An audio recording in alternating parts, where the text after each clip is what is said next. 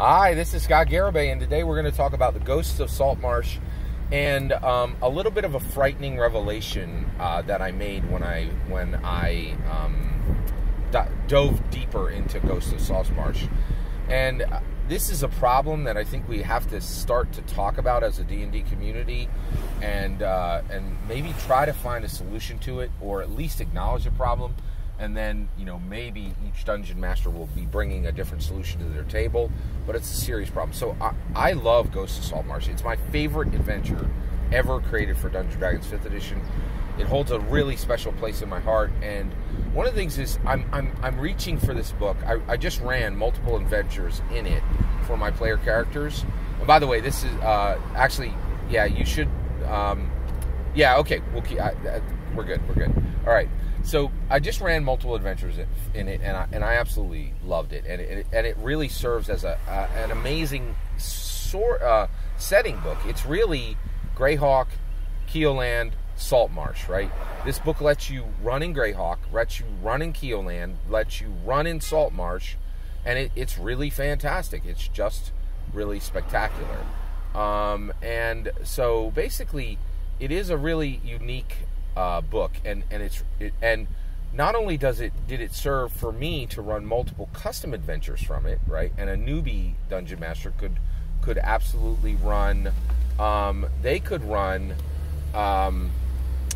the adventure straight. Right now, any kind of skilled veteran dungeon master isn't going to do that. But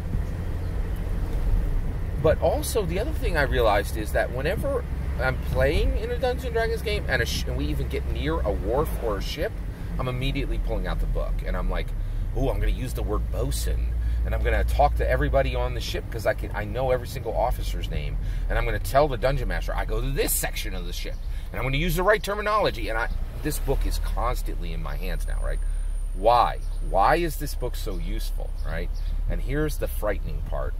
It's useful because it is bog standard Dungeons & Dragons, right? Greyhawk is really a... Greyhawk and Faerun, Forgotten Realms, there's no real functional difference between them. They're not functionally different. And you know what they both are? They're systematized Tolkien, Tolkien. They both walk lock, stock, standard to Tolkien's beat, right? Now, I'm loving this book, and I'm constantly using it, right? I read Call of the Netherdeep, right? That is the Exandria sequel book, right? Explorer's Guide to Wildemount was the first one. But I rarely pull Explorer's Guide I love Explorer's Guide to Wildemount. I love the Exandria world, and I love the Call of the Netherdeep.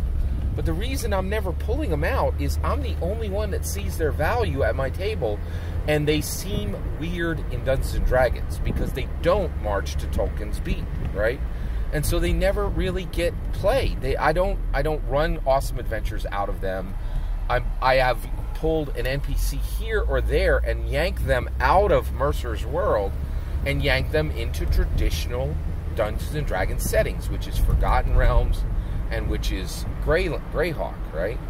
But I really think there's a problem. Exandria at this point is not beating Forgotten Realms, and it's certainly not beating Forgotten Realms / Greyhawk.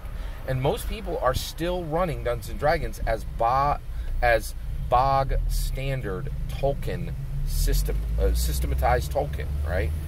And so that means that all these unusual books, anything that doesn't fit into that standard Tolkien slot, are very rarely going to get used, right? And I loved the Exandria book so much, and I really loved the Call of the Netherdeep, and there's such brilliant, beautiful ideas in them, but because they have broken from the medieval, European medieval kind of foundation of Dungeons & Dragons, they almost never make it to my table, and I don't find them useful. Whereas, Ghosts of Saltmarsh is constantly in my hand. It is really, really useful as a player and as a dungeon master, right? And it shouldn't be this way, but it is this way. And this is a serious, serious problem. So one of the things, and I'm worried about seeing Radiant, Journeys to the Radiant Citadel. I'm worried that I'm going to read through that book and go, wow, that was fun, that was awesome, I loved a bunch of ideas, shove you on the shelf, and I will, that's another, where does the book live? Does it live on my shelf, or is it down on a table somewhere in my house and I'm reading it through the week and I'm getting ready for the Sunday game, right? And that's where Ghost of Saltmarsh is. Ghost of Saltmarsh never makes it to my library shelf. It's constantly down, it's constantly in my hands, it's constantly in my thoughts, and it's constantly in use. And the Exandria books are not there. I love them, they're so good, but they're not functionally as useful as anything that you slot into that Greyhawk Forgotten Realms slot that is very Tolkien compliant, right? I don't know how, you know what, I'm just acknowledging this problem right now. I hate pointing at a problem and not bringing a solution, but I just don't have a solution for this one right now.